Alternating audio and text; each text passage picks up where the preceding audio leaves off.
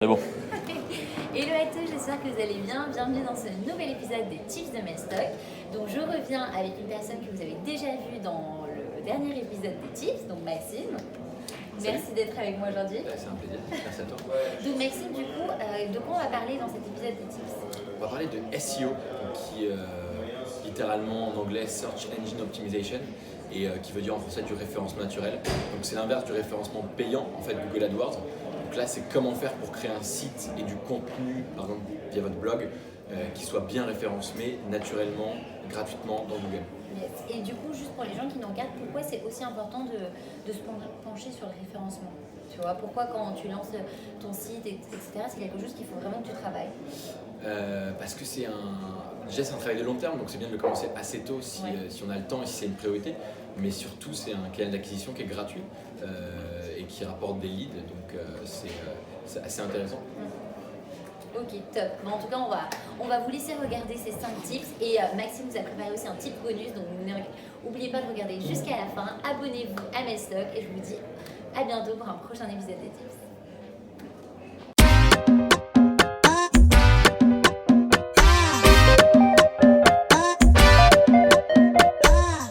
Ok, salut à tous, je m'appelle Maxime Landel, j'ai 23 ans.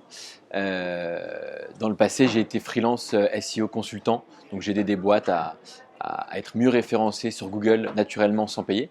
À la suite de ça, j'ai monté 4 plateformes de mise en relation dans l'événementiel, dont la stratégie d'acquisition était à 95% SEO, donc référencement naturel. Et depuis peu, j'ai rejoint l'équipe de The Family et une de mes missions annexes, c'est d'accompagner les startups sur cette stratégie d'acquisition SEO. Alors, le SEO, donc le Search Engine Optimization, pour la traduction littérale en anglais, ça veut juste dire en fait le référencement naturel dans Google, donc un référencement qui n'est pas payant.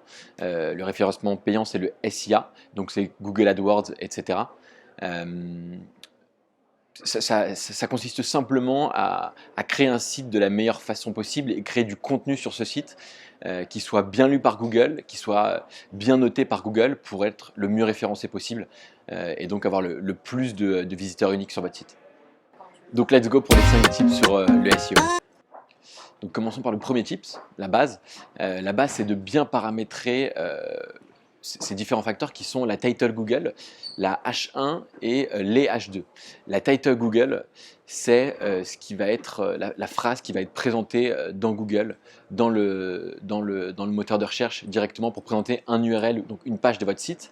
Si vous utilisez un CMS type WordPress ou autre, n'importe quel CMS vous demandera de le paramétrer. Et ça, il y a une règle très simple qui est que le premier mot a plus de poids que le second et le second plus de poids que le troisième. Donc il suffit un peu d'enlever les articles et de mettre les grands mots-clés sur lesquels vous voulez être positionné sur chaque page. Assez simplement dit, c'est comme ça qu'il faut faire. Ensuite, pour la H1, donc ça c'est le grand titre qui va être présent dans le contenu de la page. Ça peut être le titre de l'article de blog par exemple. Ce qui est bien, c'est d'arriver à le différencier un peu de la H1, même si les deux parlent de la même chose, au moins d'arriver à les différencier. Ça, c'est une bonne practice que Google valorise. Et ensuite d'avoir des H2, donc des H2 c'est des sous-titres en bref. Et ce qui est bien, c'est d'en avoir entre 2 et 4 et d'aller à chaque fois de plus en plus profondément dans son sujet, donc parler de choses qui sont de plus en plus ce qu'on appelle longue traîne, entre guillemets. Donc ça c'est vraiment la base, et une fois que vous avez fait ce travail, vous avez fait franchement 50% du boulot. Une autre bonne pratique, c'est le paramétrage des URL de chaque page. Une bonne pratique, c'est d'avoir un URL en 3 ou 4 mots et d'enlever les articles. Je donne un exemple. Si vous montez un site e-commerce qui vend des croquettes pour les chiens et que vous avez une page sur laquelle vous voulez être référencé pour vendre des croquettes vegan pour chiens, un bon URL, donc une fois le nom de domaine passé, c'est mettre slash achat-croquette-vegan-chien tout simplement, et c'est la meilleure façon de faire. 3 ou 4 mots très simples sont les articles. Le troisième tips qui est un peu contradictoire à une bonne UX et un aspect visuel du site ou des pages assez beau, c'est la ligne de flottaison. Google sait que les utilisateurs ne scrollent très très peu, et donc même si c'est pas hyper beau à l'œil, l'idée est de charger un maximum de contenu au-dessus de la ligne de flottaison. La ligne de flottaison, c'est tout ce qu'il y a au-dessus de l'écran avant qu'on active la souris et qu'on descende plus bas dans la page. Donc si vous pouvez mettre un maximum de au moins un titre, une image, un grand paragraphe de texte et si possible un sous-titre, donc une H2, tout ça au-dessus de la ligne de flottaison, ça aura un impact positif sur votre SEO. Le quatrième tips consiste en fait à être un peu un faillot aux yeux de Google.